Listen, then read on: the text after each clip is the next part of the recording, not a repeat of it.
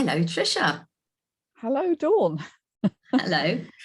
So thank you for joining me on this Zoom interview, which I wanted to do with you because you are my friend of about 25 years.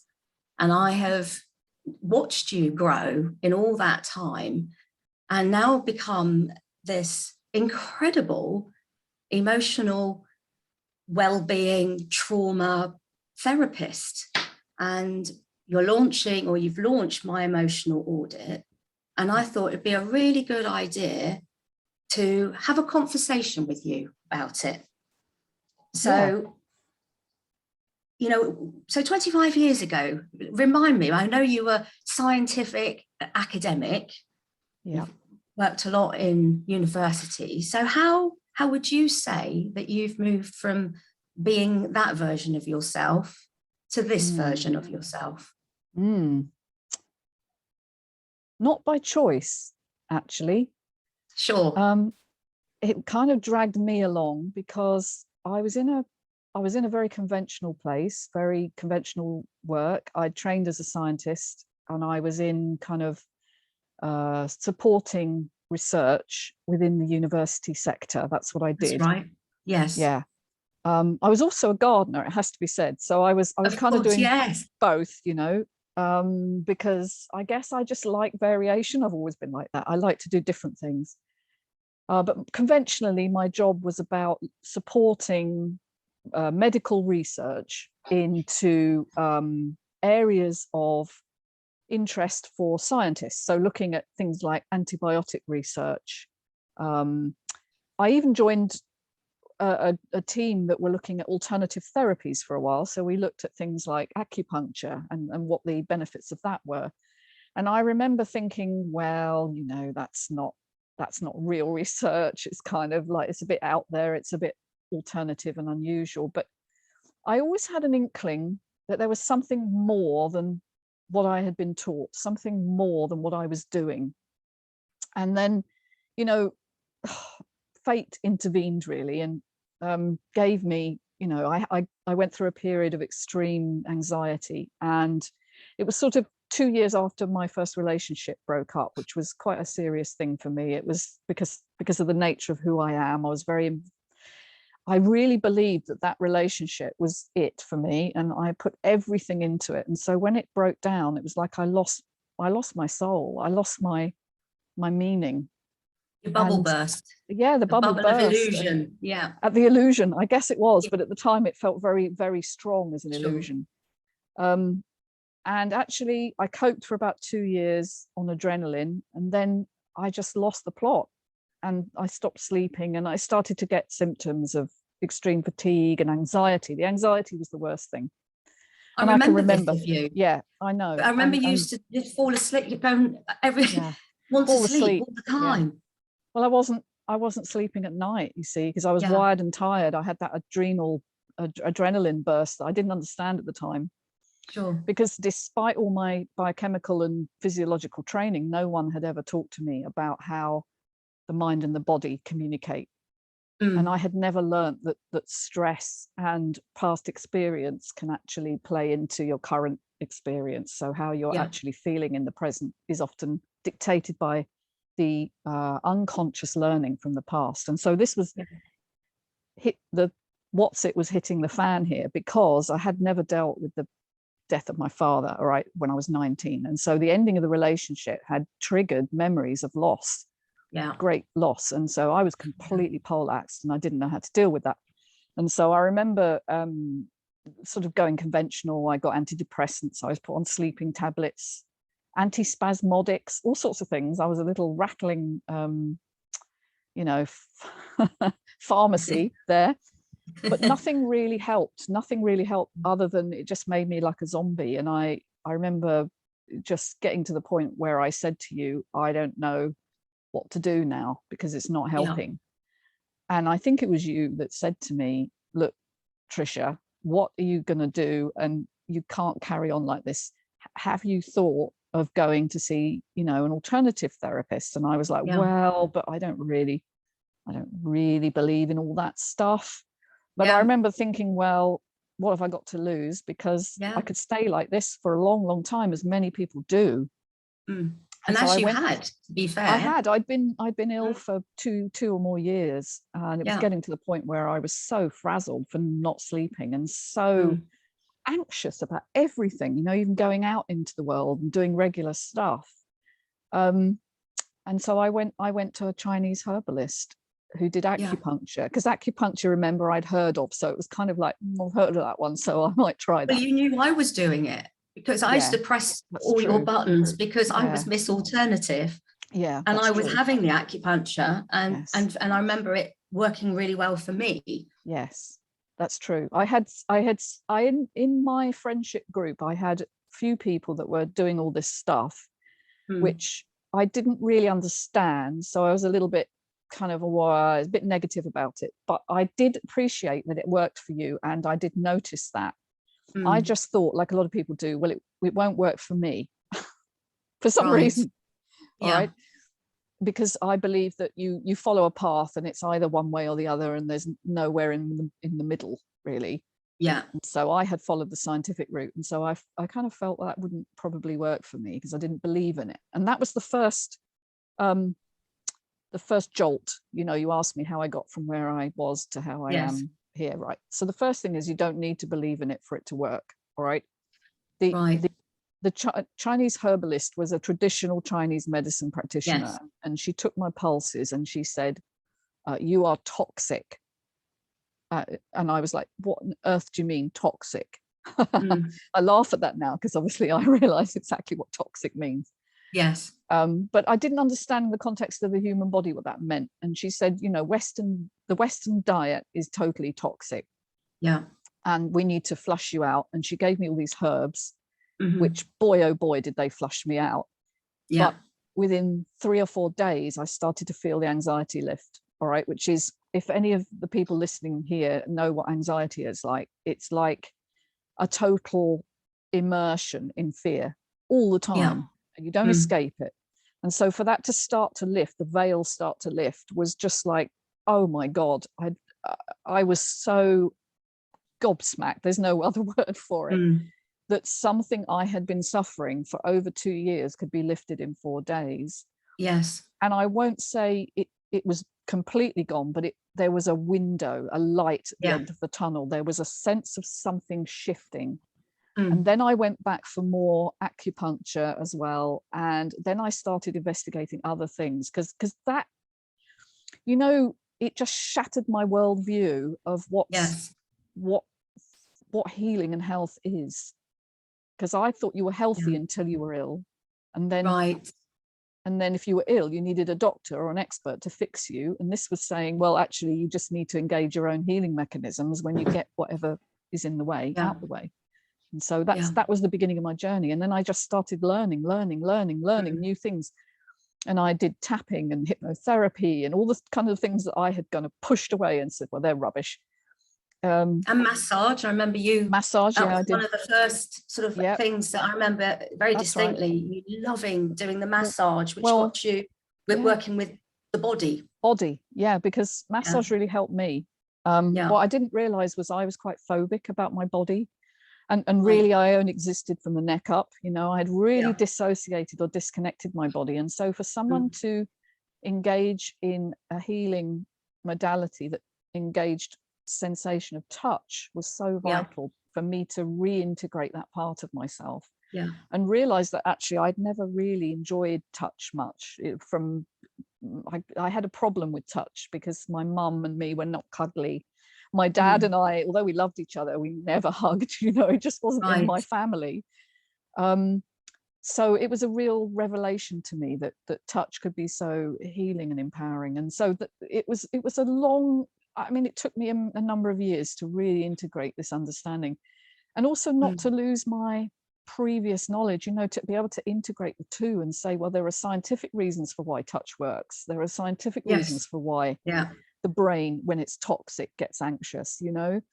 And so it wasn't throwing everything that I'd learned out. It was beginning to make this East-West marriage, if you like, the Eastern medicine and the Western medicine, and bring it together, and then learn to teach other people, you know, teaching other people how to heal themselves, which was the next step, really. Yeah, I mean, it's so, for me, I like to understand the mechanisms of how something works, you know, so then, if you will, I guess that's the physiology in the science, how the mechanisms work, and then what you can bring to that table, albeit from the West or the East. But it's normally, for optimum, it's a bit of an integration, but that understanding of how it works, and therefore our choices and how we can help ourselves. And then you know, and that's, you've got your power, you're empowered then to heal yourself with that understanding. Yeah, it's totally different to the Western model, which says you give over your power in order to be healed. Exactly. Yeah. And I hadn't realized how much I'd absorbed that, but you know, you come through. Don't you think we all have? We you know, right from the get-go, it's like, oh, you've got spots, let's go to the doctor. Whereas when does anybody say, well, why have you got spots? Yeah. You know, how are you emotionally? What are you eating? What's your lifestyle like? What's your attitude like? You know, and all those things play a part in how we feel and how the body responds to that. Yeah, they do. The mind and the body are very linked, and of course modern medicine has largely divorced itself from what goes on in the mind, because it's too much for your average physician to cope with, and because he or she is only really trained in bodily problems, and mental emotional gets moved over to psychiatry. And never the twain shall meet. They don't actually, once they've trained in the basic, you know, the first 3 years they share, and then they separate, and psychiatry goes off on one route and medicine goes off on another. And so there's this lack of understanding, really, that what you think and feel and how you are emotionally is more than just a mental construct. It changes your physiology, exactly what you just said. Yeah, exactly. So then all of this journey that it comes from authentic experience, that it's a culmination of your life and your learning and who you were and who you are, and that integration, that then you've even if I say so myself, the emotional audit program, you know, it really hits a nail on the head.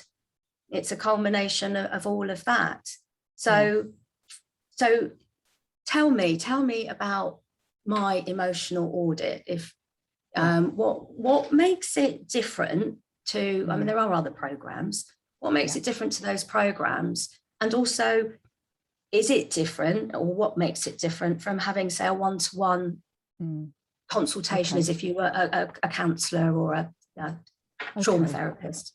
Okay, well, I'll take the first question, which is what makes it different from other programs. So in the online space at the moment, there's an awful lot of, you know, self-help healing programs, but they tend to work on either the emotional, mental, or the physical kind of, and they're not always integrated with both. As you've just said, with the doctors and psychiatry, it's the same programs. So people tend to specialize in, say, if they're a body worker, then they tend to specialize in fascia or muscle, you know, relaxation and so on. But they don't always look at the prior experience of the person they're seeing. If they're a psychologist, they don't always understand how the prior experience of that person changes their autonomic nervous system, which changes everything about you, how you digest, your immunity, the way your brain works, your neurology. And so this program aims to unite those two things. So because I have a background in both, because I'm also trained in psychology, hypnotherapy, and I'm trained in body work and physiology as well. So I kind of get that junction between the two. And would you say then that this is it definitely is a bespoke program, that there isn't anything like I haven't come across anything that covers this unique interface between the physiology and the psychology in the depth and the kind of experiential nature of it. So I really wanted to get across how it feels when this happens. So it's not just dry information. You know, I really wanted to give people examples of how this has worked in my life and in the people that I've worked with. I even give case studies as well to kind of really bring that home. Yeah. And of course, it's a group program. So the other thing that makes it really different is you are interacting with others who are going through the same process. And right. Yes, that isn't unique. There are many group programs online, but in this one, we actually invite people to come and share. They help answer questions for each other. So they form, you know, groups where they can actually interact with each other, both formally in the Q&A sessions, but also informally. We have a sort of buddying system as well. So they get to join up with each other and really help each other get through this information, and also implement some of the tools that I give people. So you get to share that as well. So does that make it more, for want of a better word, effective than just having your own one-to-one? Right. So it makes it more effective than not having, if you've just had an online teaching program with no interaction whatsoever, it's so much better to be sharing in a community. It isn't really equivalent to one-to-one work. That's a very, and I really want to make that clear. It's not the same as one-to-one work, and we're not trying to replace one-to-one work. We're trying to augment and give people alternatives if they're not, either they're not ready for one-to-one work, or they simply don't feel it's what they want. This is a different thing altogether. So this is a program where you start with a community of people and you progress with a community of people. And it's never going to get the full focus of you and your situation that maybe I would do with one-to-one work. But it is a great introduction to this field. And if people then feel they want to go on to one-to-one work, of course, there's nothing to stop them doing that with anyone, with me or anybody else, because I think it's a great starting point for anybody who's new to this understanding. Sure. I imagine if you've done the course, then you're much more aware of yourself and what you're working with. Then to move from that course into a one-to-one or some sessions with you, or any, you know, a therapist, then you're really primed, because that's a good word. you're totally primed and receptive, and so in a way it's very accelerating. You can hit the ground running in your own one-to-one sessions. I think it opens you up to the possibility of healing. And the fact that you don't need anything special.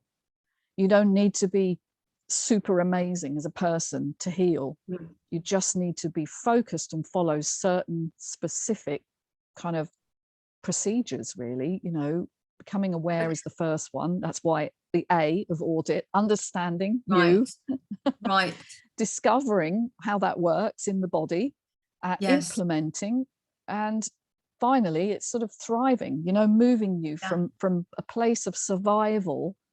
You're just getting through, that's all you're managing, you know, you're just in that kind of fight and flight. Life is pretty difficult, to a sense of opening and awakening to your life. And so I always say to people, it's not just about healing the problem, it's about healing the life. It's Brilliant. healing the life. So well, I think that's something, especially after these last few years, I think every one of us in varying degrees has been hit by life, whether we've got old wounds that we've just managed to survive with these last couple of years, and lockdown and isolations and the insanity of the world. In a way, it's bringing up all the cockroaches for us to deal with, to look at ourselves and to heal those wounds. It's like we can't get away with it anymore. We can't pretend. We can't run away. Everything that we're seeing in the world now is as a result, really, of traumatized people trying to operate in a world that feels frightening, that feels fearful. And we've seen the acceleration of fear. And it's affecting everyone now. It's not just... But it's a collective consciousness, isn't it? Which totally, is an amplification of the fear. And it's causing huge problems in terms of anxiety and and kind of panic in populations who are particularly vulnerable. You know, people who've already had high anxiety, like I was, are really being affected to a great degree now. And so we need new solution that instills hope, community. So we are wired to integrate with each other. We are biopsychosocial creatures. We need each other. We absolutely need each other. And to try and do it on your own when you're already feeling fearful and frightened, and the outside world has somehow become terrifying, is really difficult. So we have to be in a space where we're supported, and that's what this group program does. It helps support you all the way. Brilliant. So if I was to sign up, because I believe there's a new course on its way, 24th of February, isn't it? It is, 24th. Brilliant.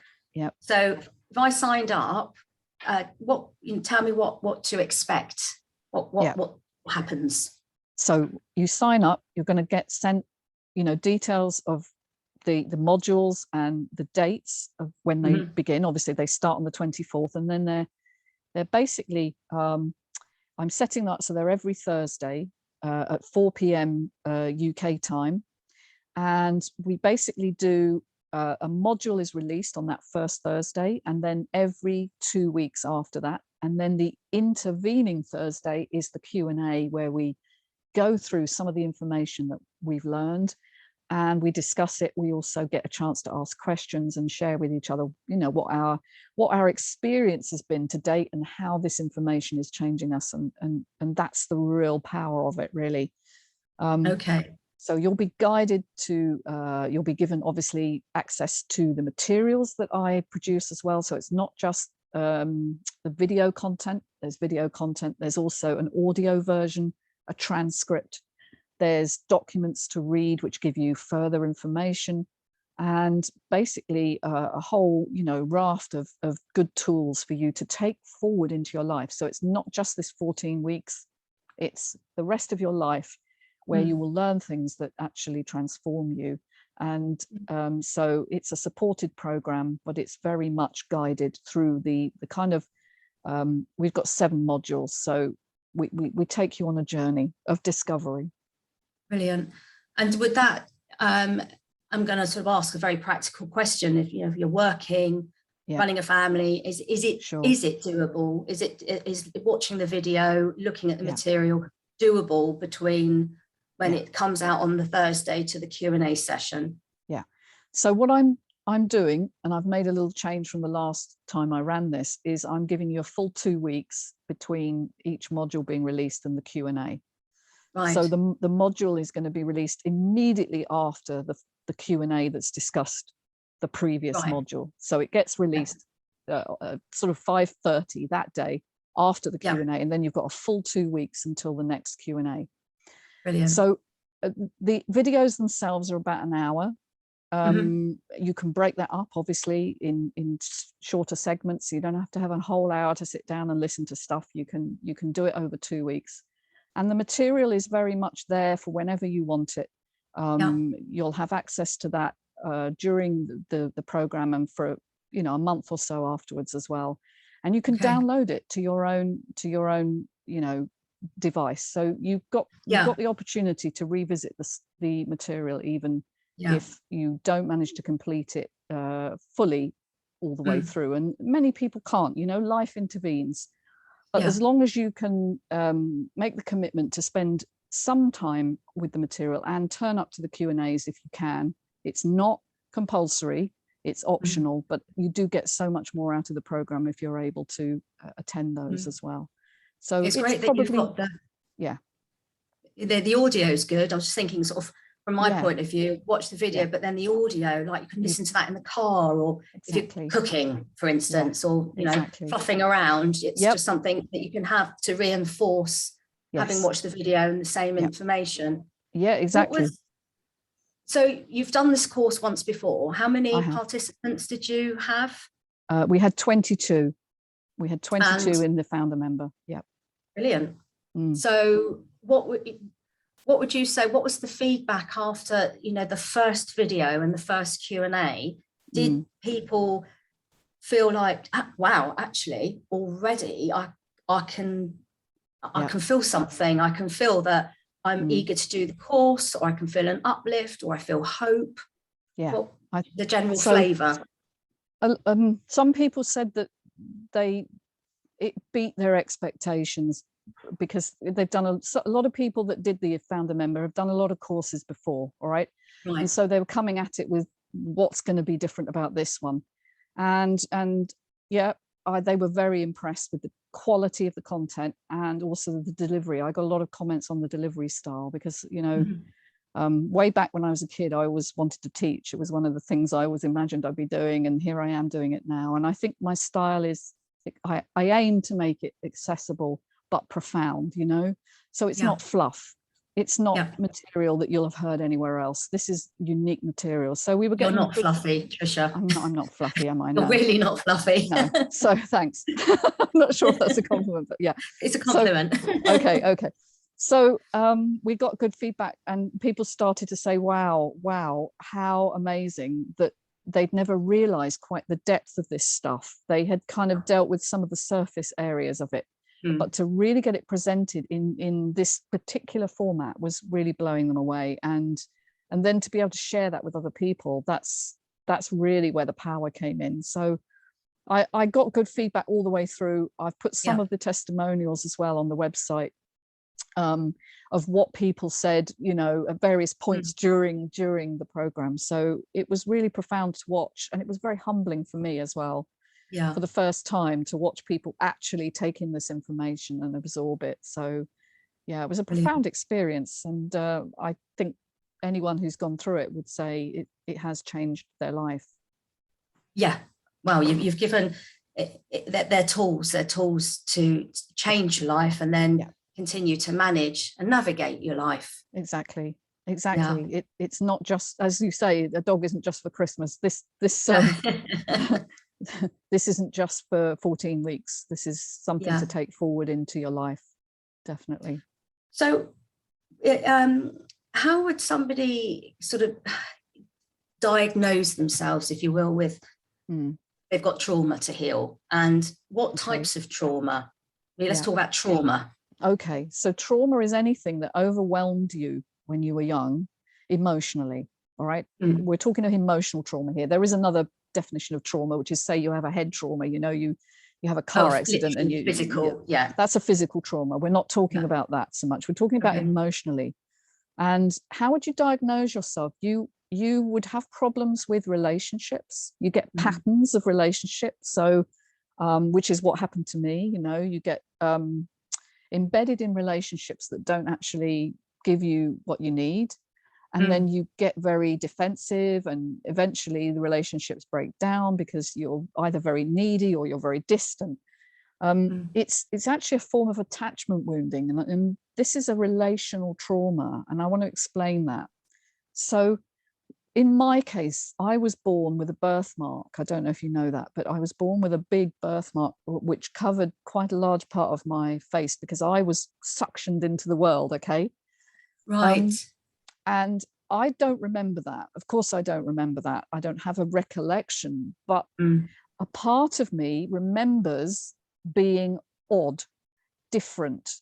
Maybe people's faces when they looked in, you know, at me when I was tiny, and my mother would wheel me along, and people would go, oh, you know, because that's unfortunate. Yeah. And as I grew up, obviously having red hair at school, that wasn't that common. I'd get bullied. I had a lot of bullying when I was young. And so those experiences are embedded as kind of feeling of otherness, of oddness, of not being right, of being shameful, different. And that's the kind of trauma I'm looking at. And you will know, because you just don't feel peaceful in the world. You don't feel safe in your own body. And things trigger you all the time. So difficulties at work trigger you, difficulties in relationships. Change becomes a really big problem. Because trigger, what if you're sorry to interrupt, if you're triggered, that's you know, I get that. What might that look and feel like, being triggered? What the sensations of triggering? Okay, somebody tells you they don't love you anymore, and they want to divorce you.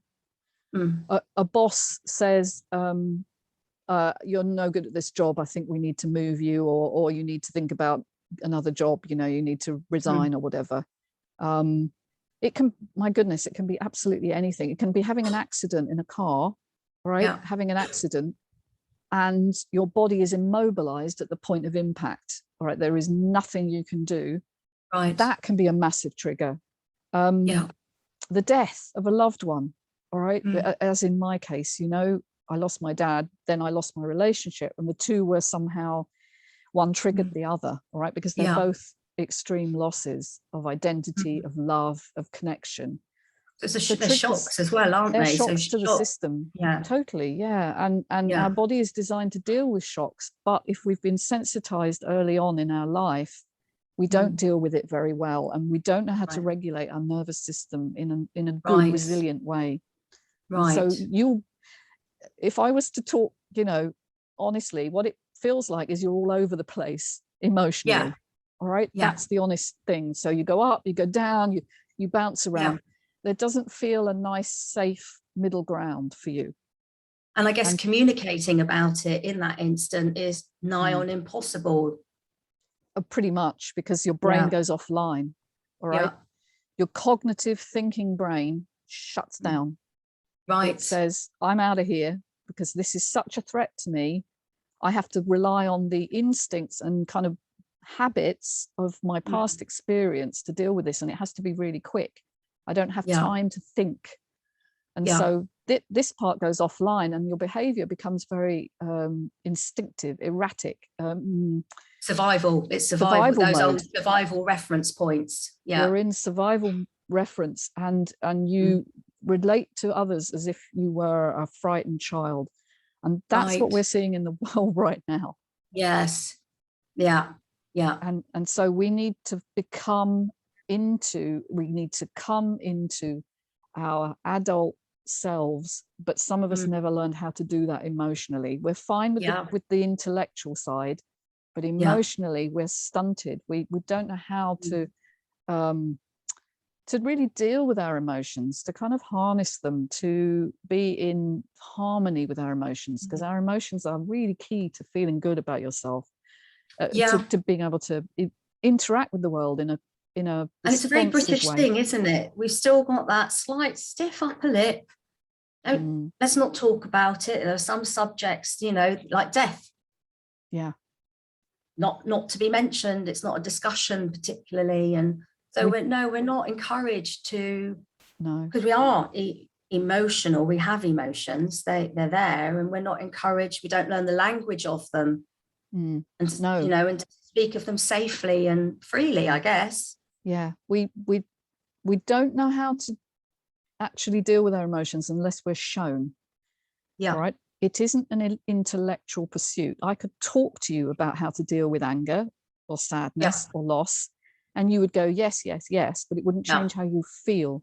You actually have to observe it in another and watch how people interact with their own emotions and deal with them sensibly.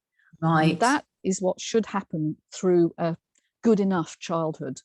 Yeah. Right. With parents who are attuned to you, that anticipate your needs and are able to meet them most of the time.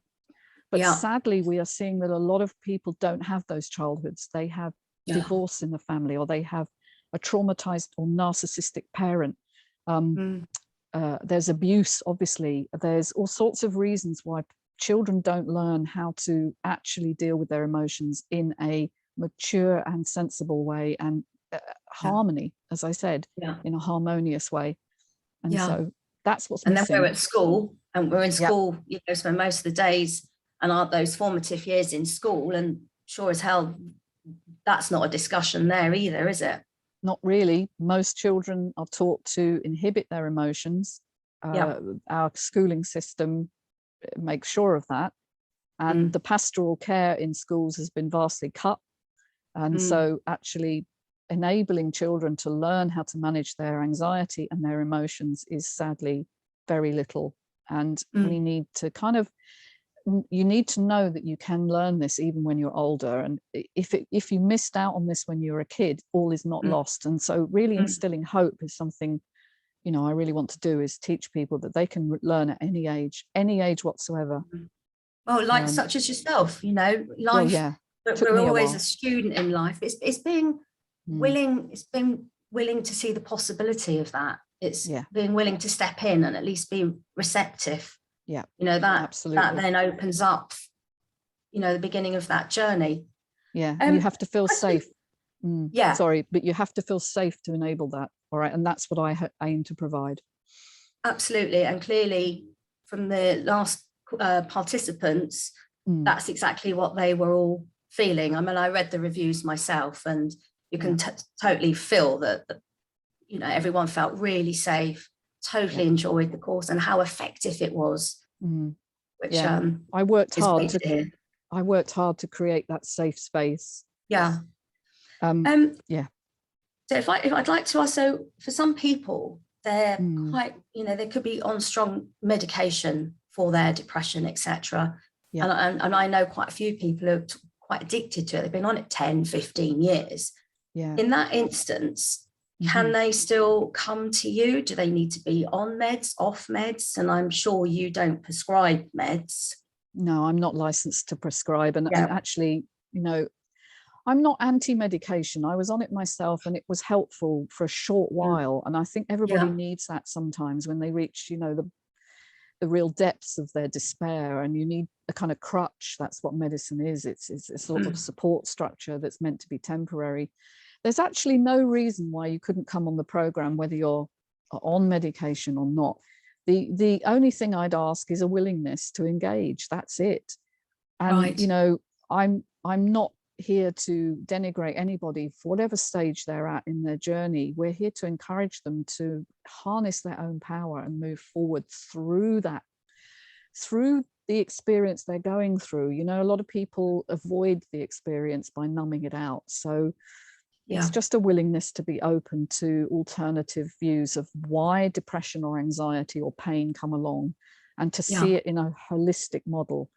And so I have no particular do's and don'ts around where you are. We meet you wherever you are and take you on that journey.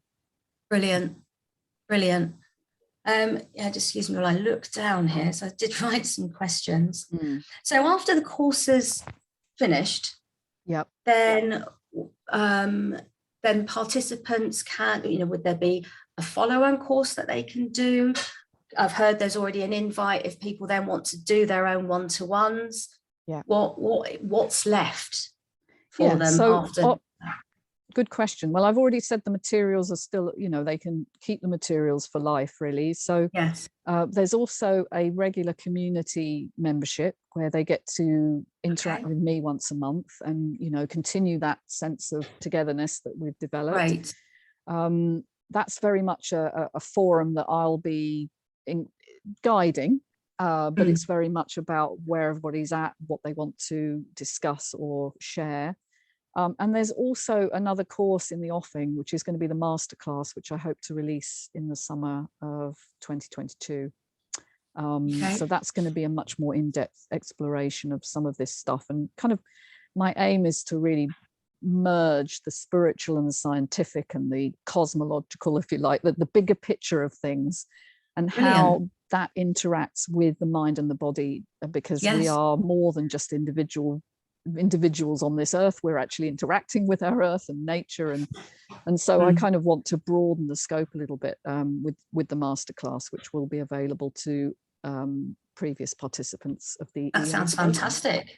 Brilliant. It will be when I write it. Yes, I already know how I'm going to do it. It's going to be based on my book, The Scar That Won't Heal, and some of the other books that I wrote. It's going to be an in-depth exploration of science and spirituality. Brilliant. Great information.